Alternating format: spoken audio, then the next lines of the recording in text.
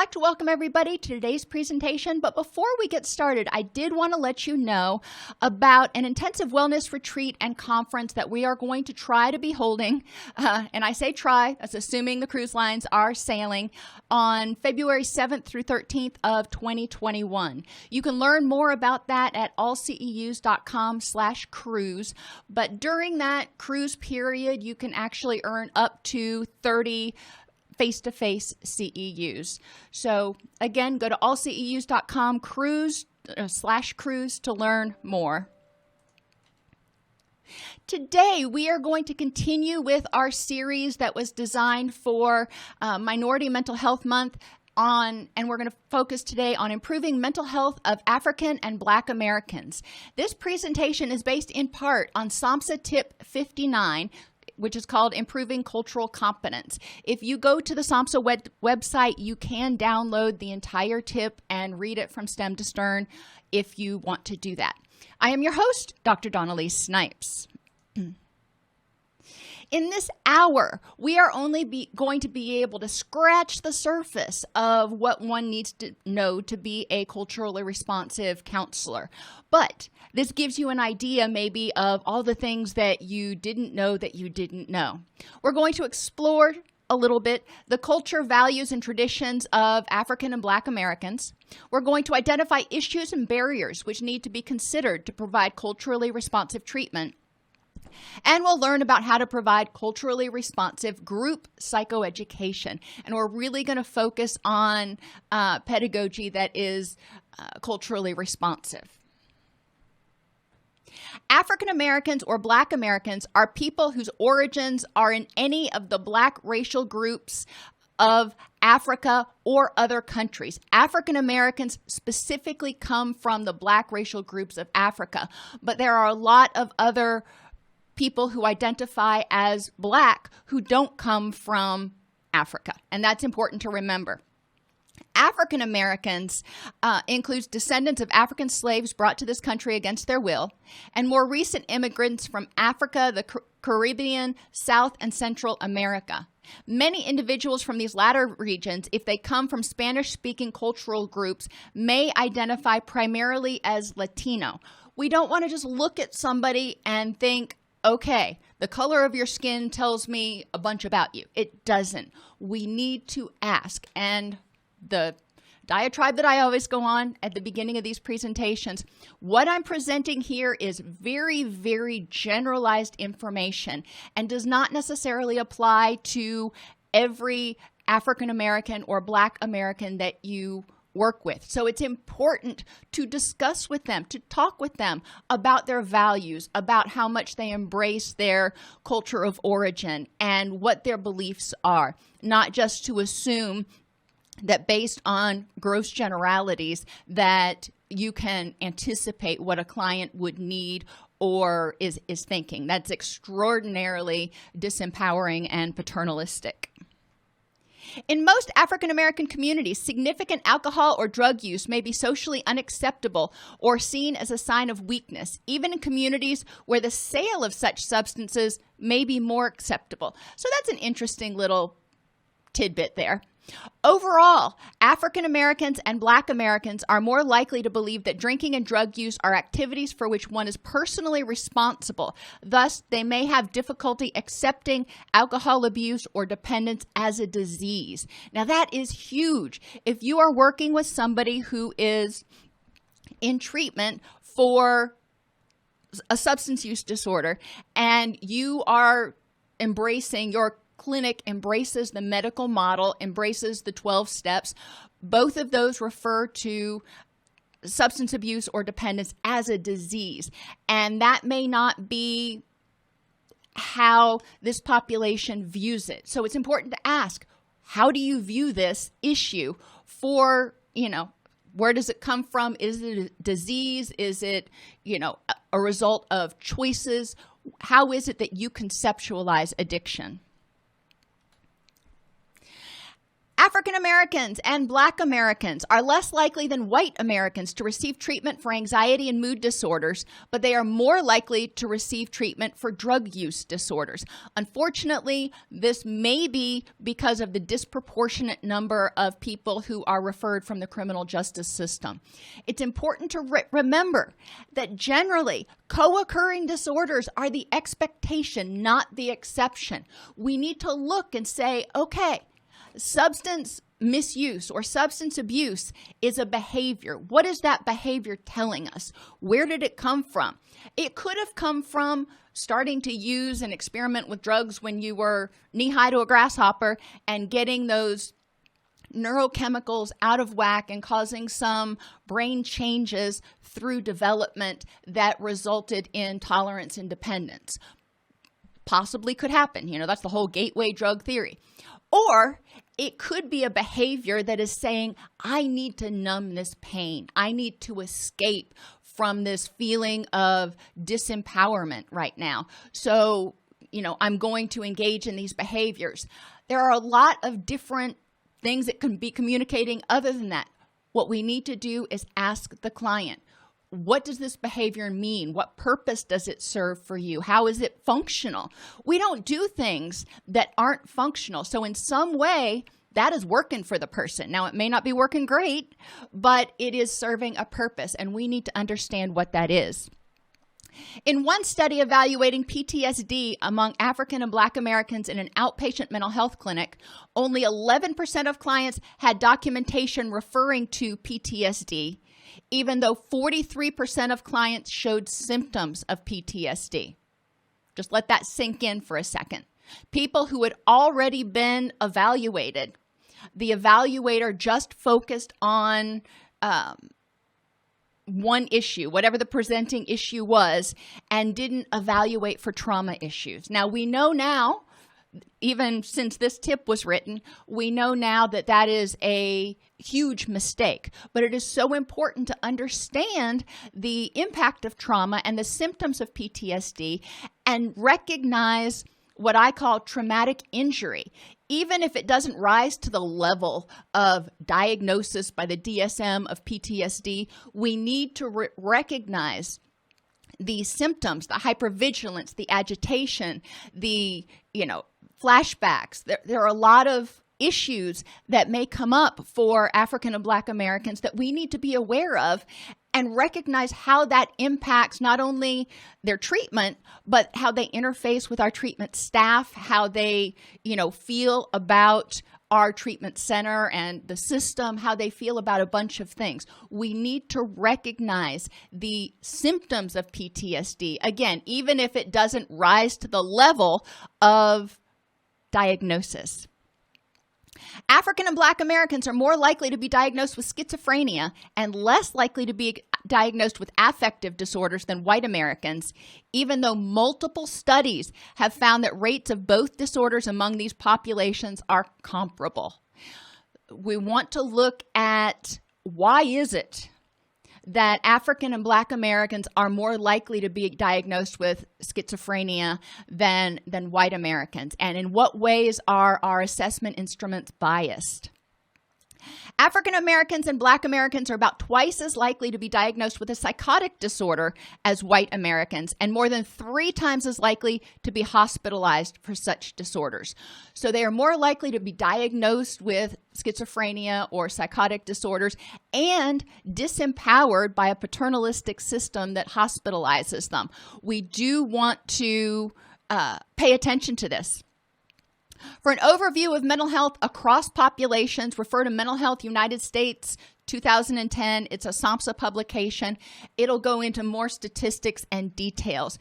You don't need to know all these facts. What I want you to focus on is the fact that it appears that a lot of our assessment instruments and or assessors are not culturally responsive, that they are biased toward white American symptoms and values.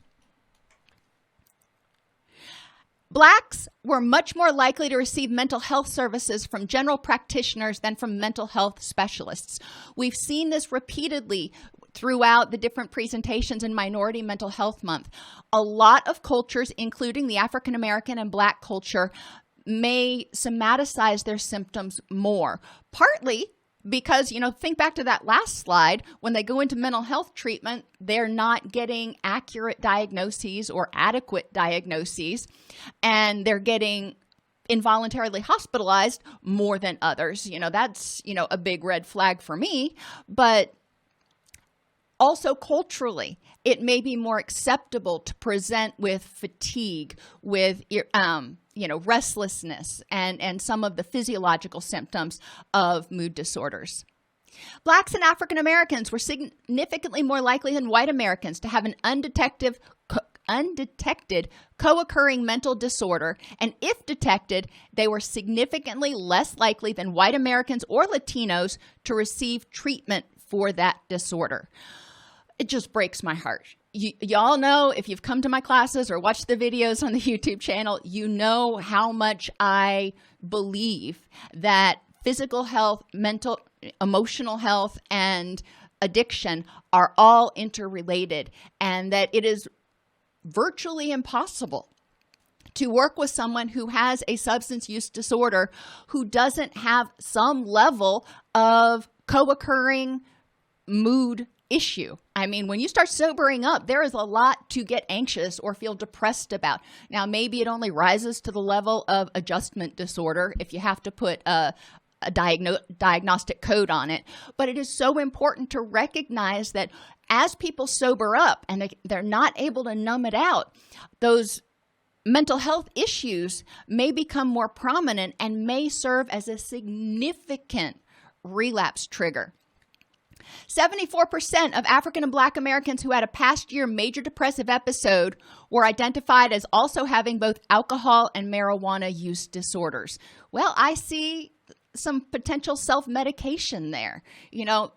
Both of these substances potentially can take the edge off some of that depression for people. African and Black Americans are overrepresented among people who are incarcerated in prisons and jails. A substantial number of those who are incarcerated, 64.1% of inmates in 2002, and my guess is it's a lot higher now, have mental health problems. I've worked with the criminal justice population. Just from anecdotal experience, I would say that if you include, developmental issues, fetal alcohol spectrum disorders, mood disorders, and substance use issues, you're getting way higher than 64.1%. Now, I don't have any hard data on that, except for one study that the sheriff in Alachua County did many, many years ago that assessed the incidence of trauma in female inmates in the Alachua County Jail, and they came up with a 99% rate of traumatic injury, maybe not rising to the level of PTSD, but a 99% rate of traumatic injury among females who were incarcerated in that one jail. African Americans and Black Americans are more likely to be referred to treatment from criminal justice settings rather than self-referred or referred by other sources.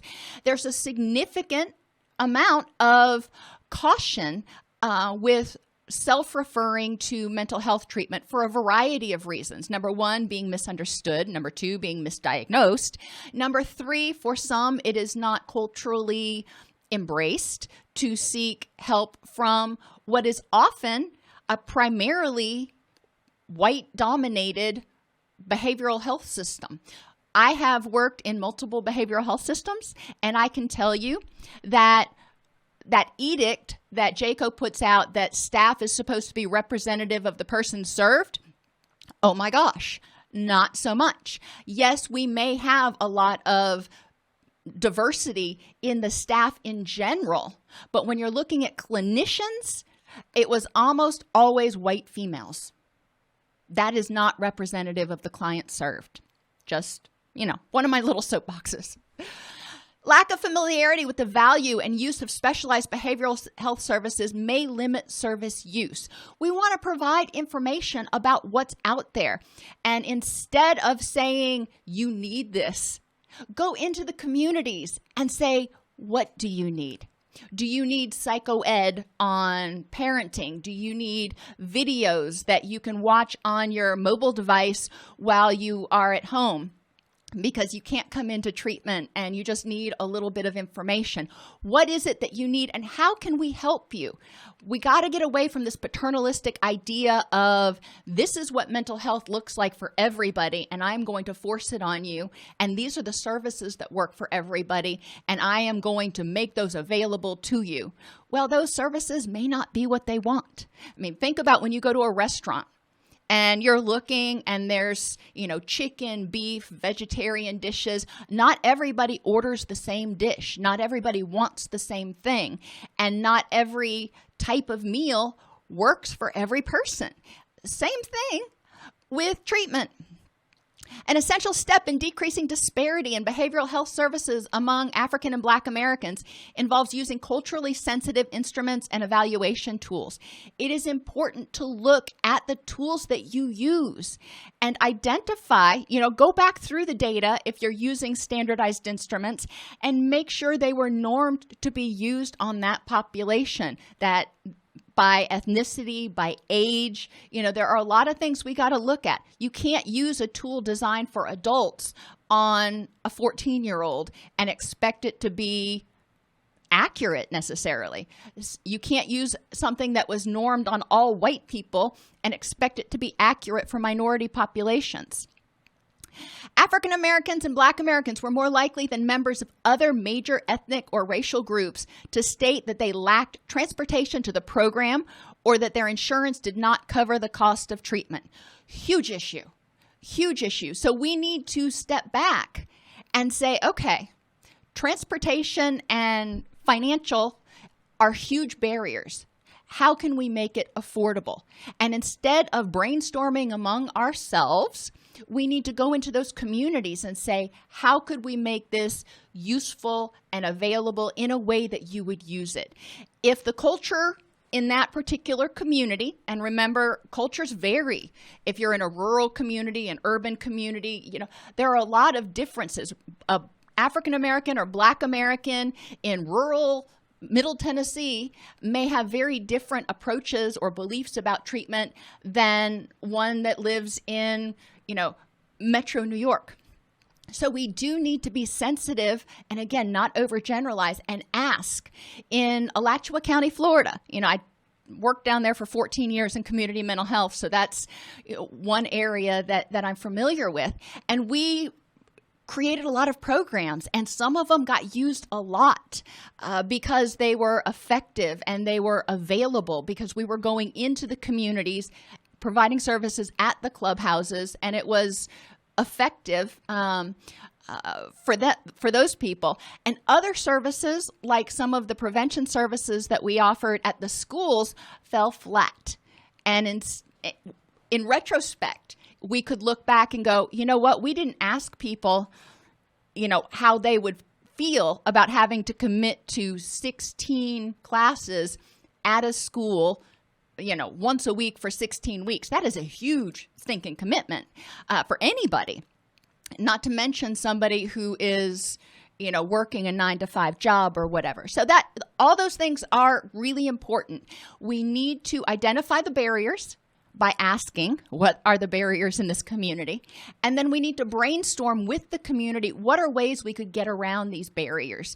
And there are a lot of creative solutions, not the least of which is, Zoom meetings, not Zoom in particular, but HIPAA compliant, video-based meetings where people can log in if they can't get, and you can have people in the same room with you and be simulcasting at the same time so you can reach more people.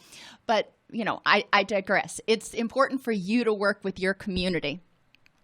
Long-standing suspicions regarding established healthcare institutions can also affect African and Black Americans' participation in, attitude toward, and outcomes after treatment. If they have been involved in the behavioral healthcare system or even in the system, whether it's, DCF or the legal system, or even, unfortunately, the educational system.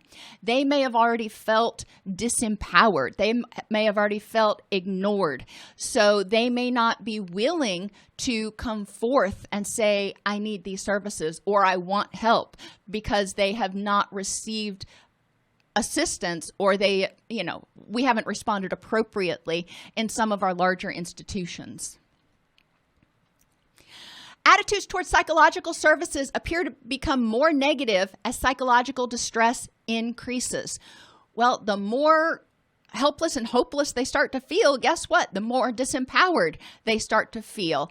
And they start looking at this system going, I don't know what you can offer me.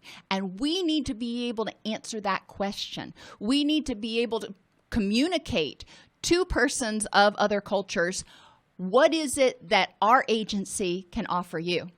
In many African American communities, there's a persistent belief that social and treatment services try to impose white American values. It's important that you evaluate your own cultural practice as well as your agency's practices, from check-in to how you handle data, to how you interface with people, to the expectations of, for example, having transportation. Evaluate for cultural responsiveness and cultural insensitivity. African and Black Americans, even when receiving the same amount of services as white Americans, are less likely to be satisfied with those services. We need to look at why. And instead of saying, well, they were resistant, I hate that word, we need to ask them, in what ways was this not helpful to you? What could we have done differently? We need to learn from the populations that we serve. Once engaged, African American and Black American clients are at least as likely to continue participation as members of other ethnic, racial groups. There's that phrase right there that is so crucial. Once engaged, once they're motivated, once they feel safe, once they feel heard and understood, they are at least as likely to continue participation as anybody else. Providers need to craft culturally responsive health-related messages for African and Black Americans to improve treatment and engagement and effectiveness. We need to find out, what messages are they receiving right now that are off-putting, and what messages might we be able to communicate that would help the community feel understood. And part of that, I believe, is just getting into the community and talking with them and empowering them to have a voice. And then, oh my gosh, guess what? What does that communicate? That communicates, I am interested in you. I value your opinion. I want to make this environment safe and helpful. African American clients generally respond better to an egalitarian and authentic relationship with counselors. Request personal information gradually rather than attempting to gain information as quickly as possible. So when you go in for your assessment with a client, don't sit down and start interrogating them, please. Explain to them what the process is going to be like. And, maybe if you've got a lot of those demographic questions that you have to go through, apologize. Say, I'm really sorry. I know this makes you feel like a number, and I hate having to ask these questions, but, at least acknowledge and empathize with the person, how they might be feeling. Avoid information gathering methods that the client could perceive as an interrogation. If you need data for some reason, which we all do, especially if you're working in community mental health, tell them why you need the information. A lot of times, most of the demographics can be gathered from a sheet that the client fills out themselves before they even come back. Try to minimize any demographic information that you've got to collect and stuff. Any questions that might seem like you're just sitting there interrogating them, so you can get down to the nitty-gritty and start learning about the person and why they're there and how you can help. Be willing to address the issue of race and to validate the African American or Black American clients' experiences of racism and its reality in their lives, even if it differs from your own experiences. Their experiences are theirs. You have no idea what it's like to be them. And we can ask, we can talk about it, but a lot of times, especially if you are, a white American female, you're not going to quite get it. So let's talk about it. Let's hear about it. Help me empathize. Help me understand. Racism and discrimination can lead to feelings of anger, anxiety, or depression. These feelings are pervasive. Counselors should explore with clients the psychological effects of racism and develop approaches to challenge internal negative messages that have been received or generated about race. Now, I say that, but I also say at the same time, not all Black or African American clients are going to see this as an issue for them or feel like it's something that they need to discuss. So it's important not to push this agenda on them either. Open the door. If they feel it's an issue, let's talk about it. If they don't feel it's an issue, that's okay too. The same sort of thing is true in trauma-informed care, because in trauma-informed care, we recognize that most people have experienced traumas in their life. And, every experience we have affects us. However, not everybody believes that the trauma is currently impacting them, or do they want to go there, so to speak. And we need to be sensitive to those things. 6 course principles. Discussion of client substance use or mental health issues should be framed in a context that recognizes the totality of life experiences faced by African and Black Americans. Equality is sought in the therapeutic counselor-client relationship, and counselors are less distant and more disclosing. It's important to be real, to be authentic. Go figure. Emphasis is placed on the importance of changing one's environment, not only for the good of the client themselves, but also for the greater good of their communities. And there is a strong community component for a lot of Black and African Americans that we can pull on, that we can help them nurture in order to heal their communities. Focus is placed on coping strategies and solutions that underscore personal rituals, cultural traditions, and spiritual well-being in some cases. Remember, not everybody is going to embrace their spirituality or their cultural traditions. So we need to ask the clients solution-focused questions.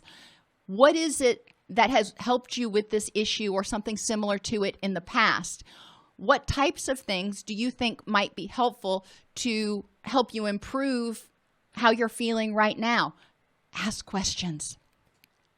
Recovery is a process that involves gaining power in the forms of knowledge, spiritual insight, and community health. Recovery is framed within a broader context of how recovery contributes to the overall healing and advancement of the community.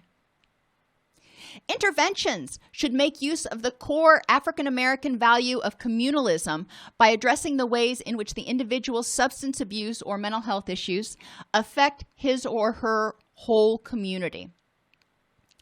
African American or Black American music, artwork, and food can help programs create a welcoming and familiar atmosphere. When people walk into your lobby, when they walk into your office, you want them to feel like they are recognized. You want them to know that you don't overlook them. So having representations is important to let them know that, I don't know everything, but I do recognize that you are an important person, and I want to help you feel comfortable. One intervention that appears to work better for African American and Latino clients than for white Americans is a node link map, which is a visual representation using information, diagrams, fill-in-the-blank graphics, and client-generated visual maps. So in the center, they can draw, a circle. I'm big on circles, and my depression. And then they can start identifying in different nodes all the different things that may be contributing to their depression. On another node link, they can identify happiness or recovery or whatever they want to call it, and then start identifying nodes that might help contribute to that. So in times in the past when they were happy, healthy, sober, what was different? What contributes and what will contribute in the future to their happiness? Cognitive behavioral therapy has certain distinct advantages. It fosters a collaborative relationship, recognizes that clients are experts on their own problems, and when comparing cognitive behavioral therapy and 12-step facilitation for a group of mostly African American or Black American men who were homeless, it found that cognitive behavioral therapy achieves significantly better abstinence outcomes than the 12-step facilitation. I thought that was an interesting little tidbit. The Living in Balance intervention, which uses psychoeducation and cognitive behavioral therapy techniques, has also been shown to improve treatment retention and reduce substance use. Now remember, you can find all of these resources in the SAMHSA tip. A review of cultural adaptations of evidence-based practices is given by Bernal and Dominic Rodriguez in 2002. So you can find, if you search online for that, cultural adaptations of evidence-based practices by Bernal and Rodriguez, 2012, you can find more information.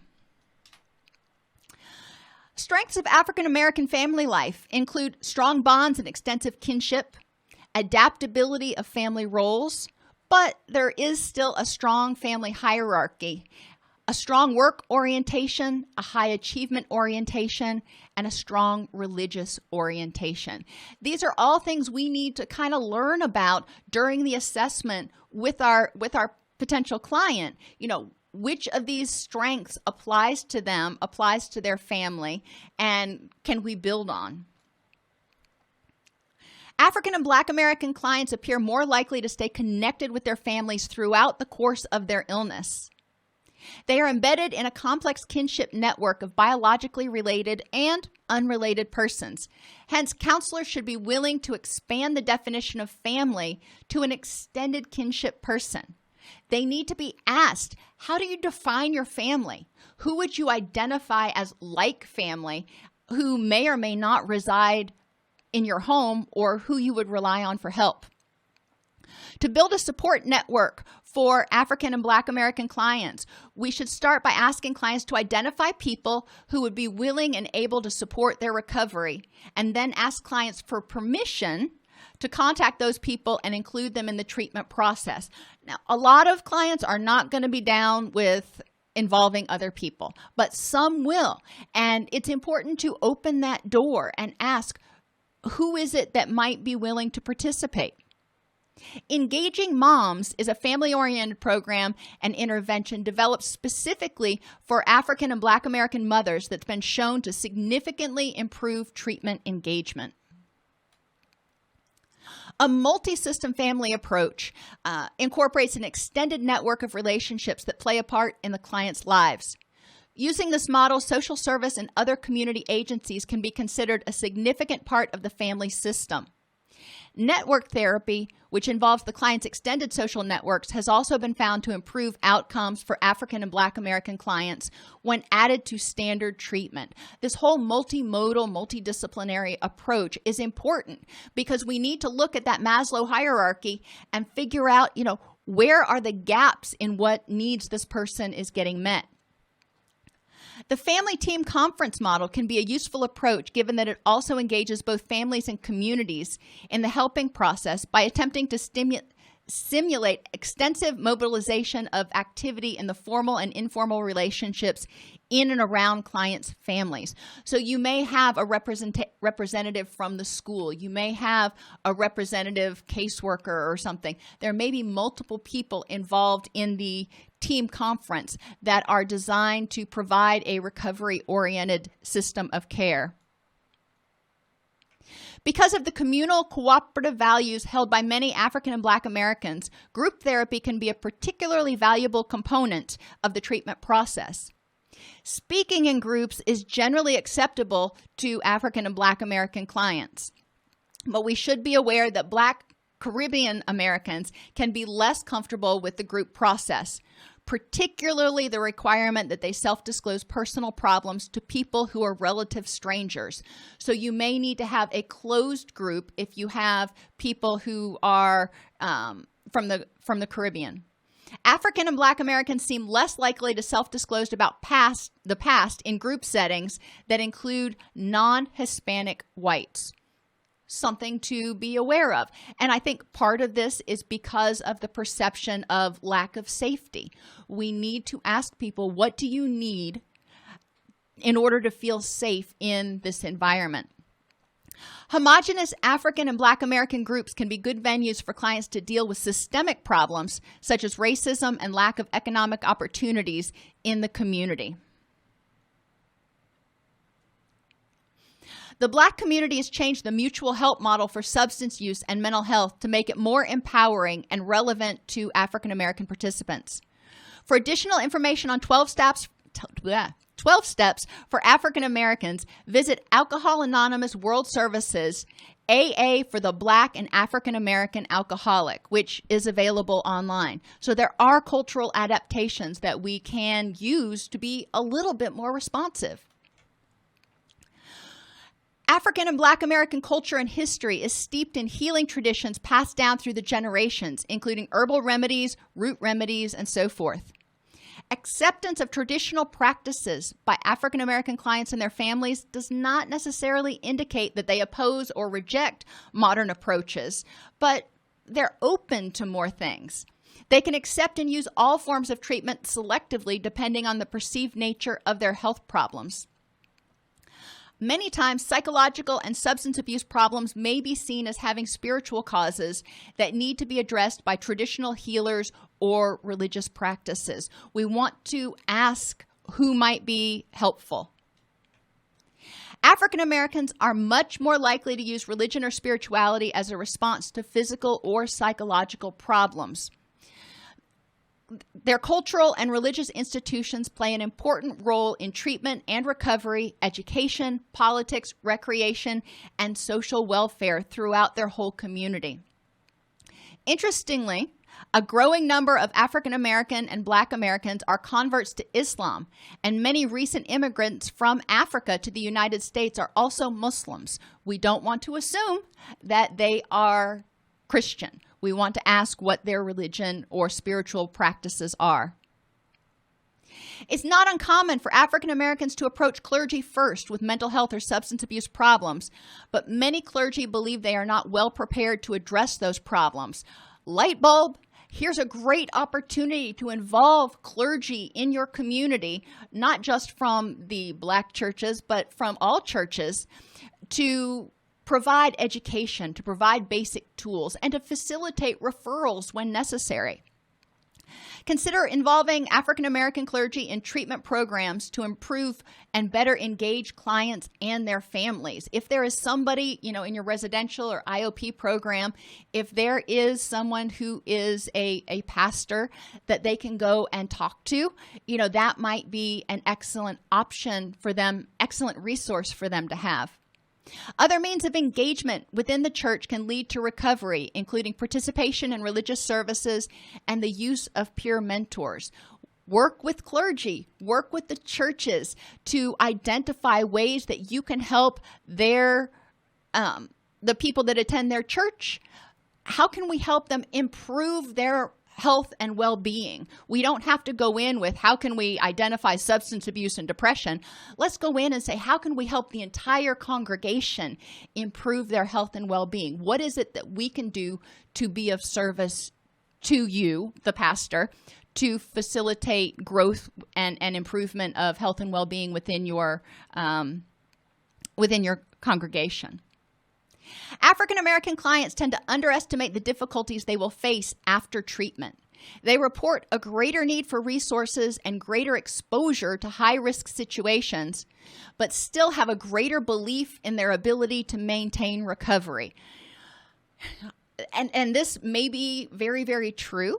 I also wonder how much of that belief is steeped in their desire to get out of the predominantly paternalistic white organization, and they would rather rely on their traditional community-based systems. I don't know. Although an individual's belief in coping can have a positive effect on initially managing high-risk situations, it can also lead to a failure to recognize the level of risk in a given situation anticipate the consequences, secure resources and appropriate support when needed, and engage in coping behaviors conducive to maintaining recovery. So guess what? Here are 4 bullet points for anybody's relapse prevention plan. I don't care whether we're talking about major depressive disorder or cocaine abuse. These are 4 things that we need to identify ideally early in the treatment process that people can start implementing when they're not actually in session, but definitely by discharge, we want a relapse prevention plan that addresses these issues. Counselors can help clients practice coping skills by role-playing, even if clients are confident they can manage difficult or high-risk situations. When you role-play an individual, obviously, you're working with that client and just having them demonstrate what they can do. When you're working in group, one of the things that you can do is take people who are confident in their skills, and you can have them model by role-playing for the group, model those skills. So they're still practicing, but they do feel like they are helping out the group. Culturally responsive group education. And I do see a lot of comments over here, and I promise I will get to those. That's why I'm kind of trying to slide through the rest of this presentation. So I'm not ignoring you. A common misconception about culturally responsive instruction is that facilitators must teach the Asian way or the Black way. People often get intimidated by the words culturally responsive because of the incredible number of cultures and mixes of cultures in today's treatment groups. Too often, clinicians subscribe to the misguided idea that clients of different races need to be taught differently and waste an enormous amount of time and effort in the process. Find common ground. If you're doing a group, most people listen to music. So if you want to involve music in the process, you can either see if you can find a type of music that everybody likes, or have them bring in lyrics or, play a song that they like that particularly represents a particular issue. People don't have to be African American, Latino, or from any particular background to listen to a particular type of music. When you teach complicated concepts, make analogies or use metaphors that apply to the people that you're working with. If you're working with a group that is in, rural Tennessee, and they are primarily agricultural in occupation, well, then guess what? You're going to use a much different analogy with that population than you are with someone who, again, is in urban New York City. Talk about things that they're interested in.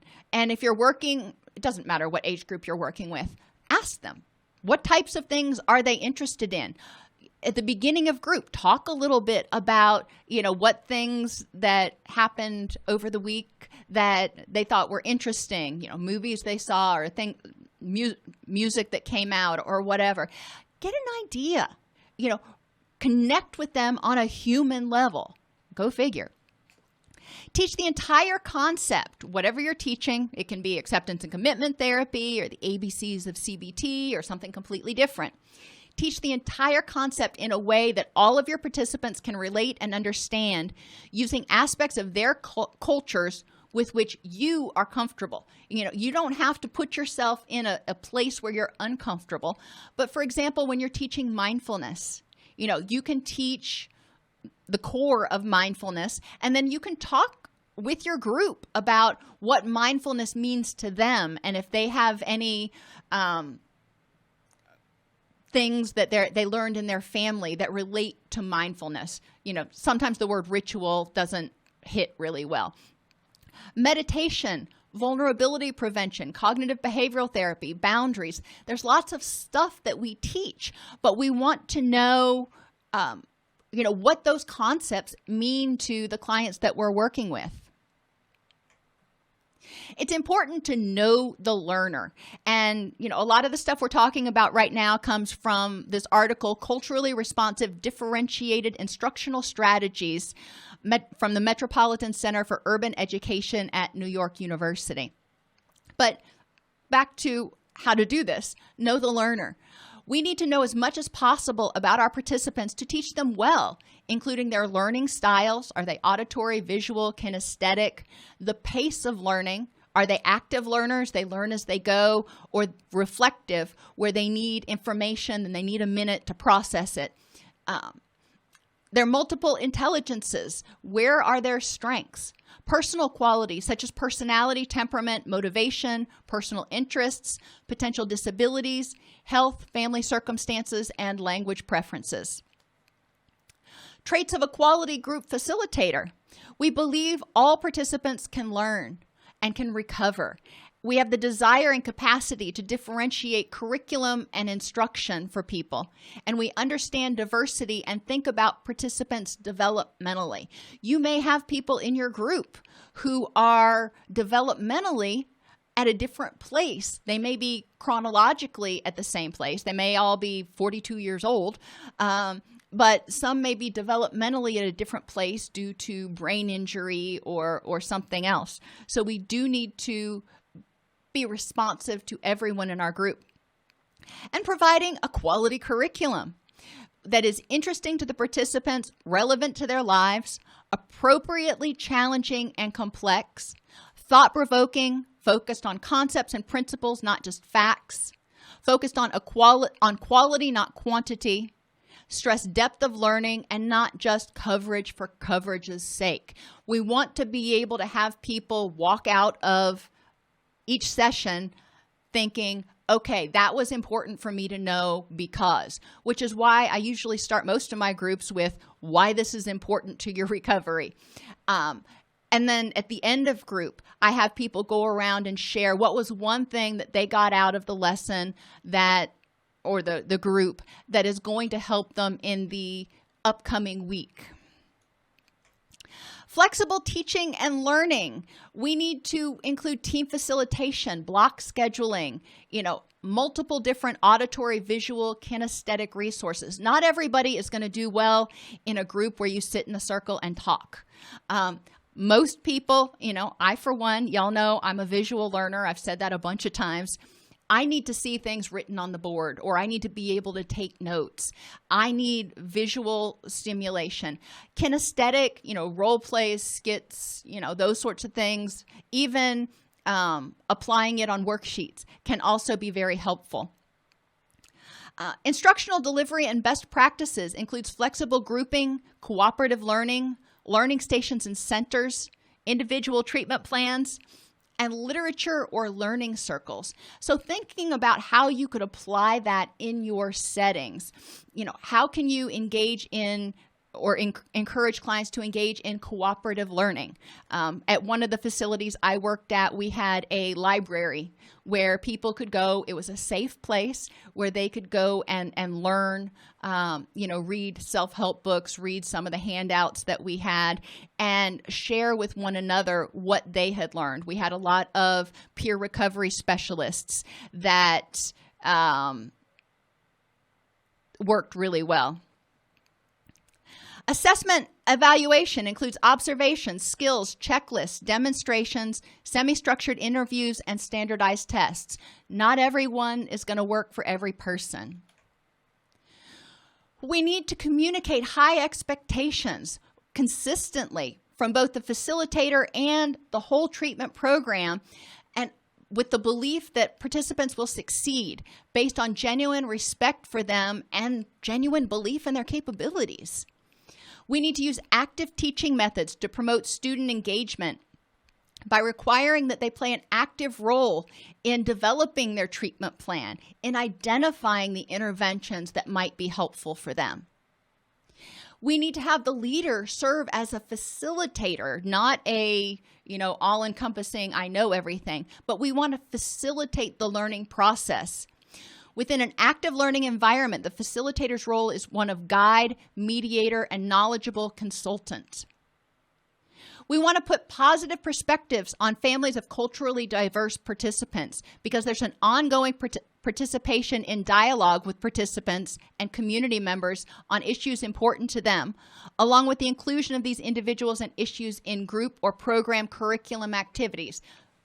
Go out and ask. what issues are important to the communities with which you are working. Make sure the lobby has reading materials about families and children from different walks of life. We want to maintain frequent communication with family members as appropriate. We want to attempt to relate all stories or anecdotes or messages to the personal lives of participants, what's going on right now. And concepts are linked to learning about families, backgrounds, and cultures.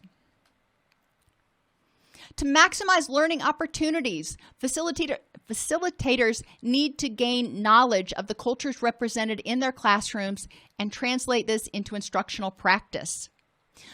When they do, they reshape their curriculum in a way that's culturally responsive to the background of the participants and uses a variety of learning strategies. Instruction is characterized by the use of culturally mediated cognition. How does this culture think, and what types of schemas influence their perception of things, and culturally appropriate social situations for learning that are culturally valued. Participants are often given opportunities to control some of the portion of the lesson, providing facilitators with insight into the ways that speech and negotiation are used in the home and community. So when we let people take a more active role, guess what? They're going to recreate in a microcosm what happens on the outside in the macrocosm, and we're going to see how they interact, how they talk, what things are important to them, how they set structure and boundaries. Related discourse instruction is also organized around low-pressure, student-controlled learning that can assist in the development of, in this case, academic language, but also health literacy. Gamification. Most games employ a lot of the cultural tools that you'd find in oral traditions, such as repetition, solving a puzzle, making connections between things that don't seem to be related. Some of the games that you might use that, tend to, spice up your group a little bit, Jeopardy, Taboo, lottery, different types of lottery games, and create a game, which is exactly what it sounds like. You say, okay, I want to teach this concept of serenity or acceptance or whatever. How could we turn this into a game? And have people talk, because in order to create the game, they have to understand the principles. So it's an interesting way to get them to work together in a way that besides just lecture. Make it social. Organize learning so that participants rely on each other in order to build communal orientation and participation. Have people work with one another. Have people work in groups. Even if you break your group up so it's in dyads, that encourages people to work together and start learning how to communicate with one another and relying on and getting to know one another. The communal orientation can be summed up in the African proverb, I am because we are. Even making learning slightly competitive in a good-natured way may increase participants' level of attention and engagement. Ask clients, how can we work together to solve this problem or prevent it in our children? Present sort of a meta concept and have people discuss on a meta concept level. What can we do? What are some ideas that we can use to address this issue?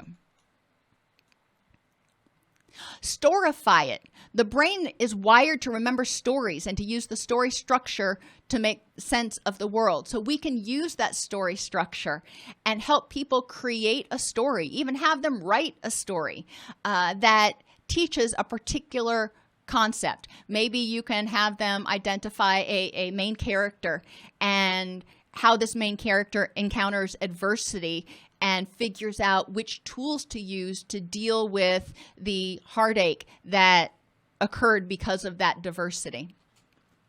Diverse participants learn content more effectively if they can create a coherent narrative about the topic or process. The brain's way of weaving it all together. So have them create skits or role plays to demonstrate a topic or a concept. Break them into smaller groups. If you're working in the community, you can break them into, groups of parents or groups of pastors, and, you can break them into groups like that, or just have them count off 1, 2, 3, 4. Have them relate what they're learning to something that they already know that is important to them.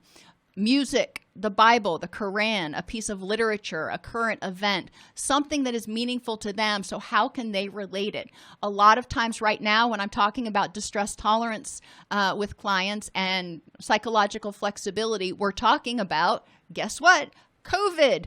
We're talking about social unrest. We're talking about racial issues and how people are experiencing those, and we're relating what we're learning to how they're coping with all of those things.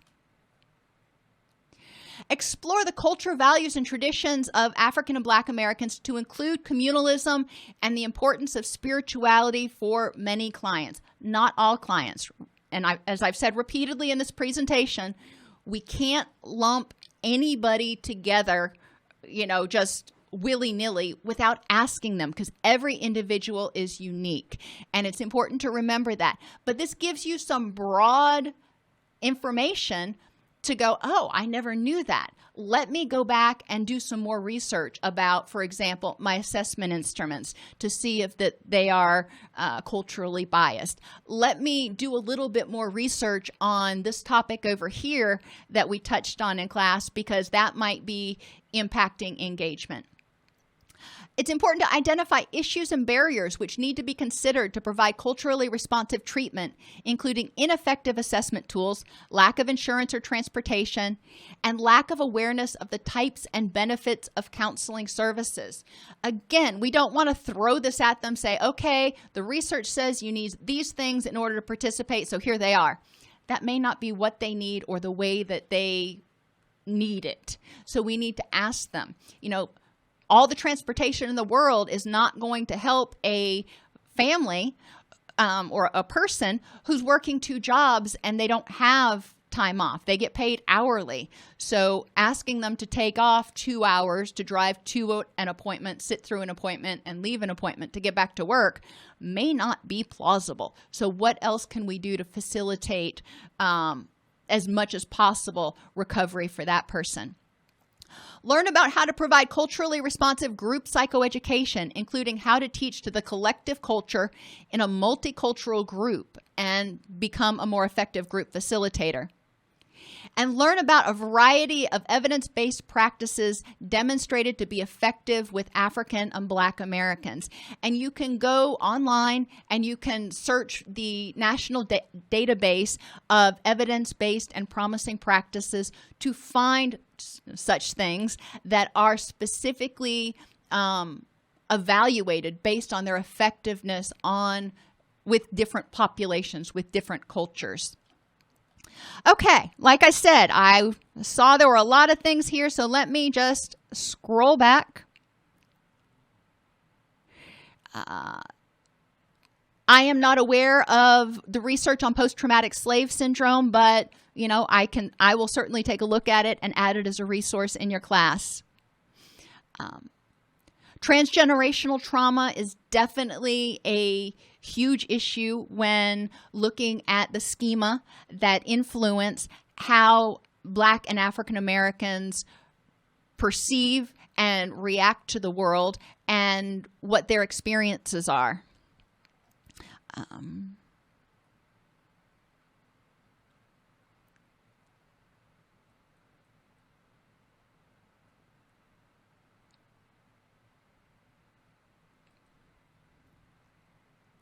I'm not sure what you mean about pharmacology for this particular population. I haven't done any research, and I don't know if there is any research out there that specifically addresses pharmacology for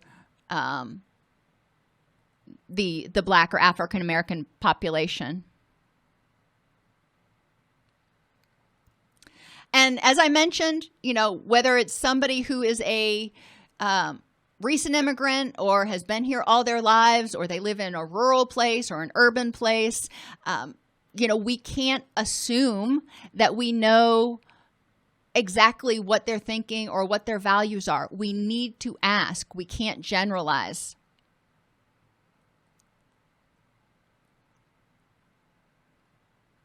In some cases, when we're talking about treatment, outpatient treatment or 12-step, a lot of people are given the option of engaging in once-a-week outpatient treatment or going to the self-help groups. So when people were engaged, that study looked at, when people were engaged in one or the other for that level of care, was it effective? It's not always an and proposition. For some people, they don't want to go to treatment. They are willing to go to 12-step or vice versa.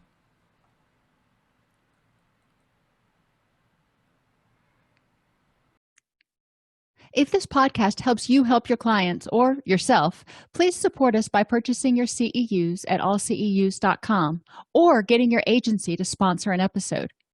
A direct link to the on-demand CEUs for this podcast is at allceus.com/podcast CEUs. That's allceus.com/podcast CEUs. To sponsor an episode of Counselor Toolbox and reach over 50,000 clinicians per week, go to allceus.com/sponsor. Thank you.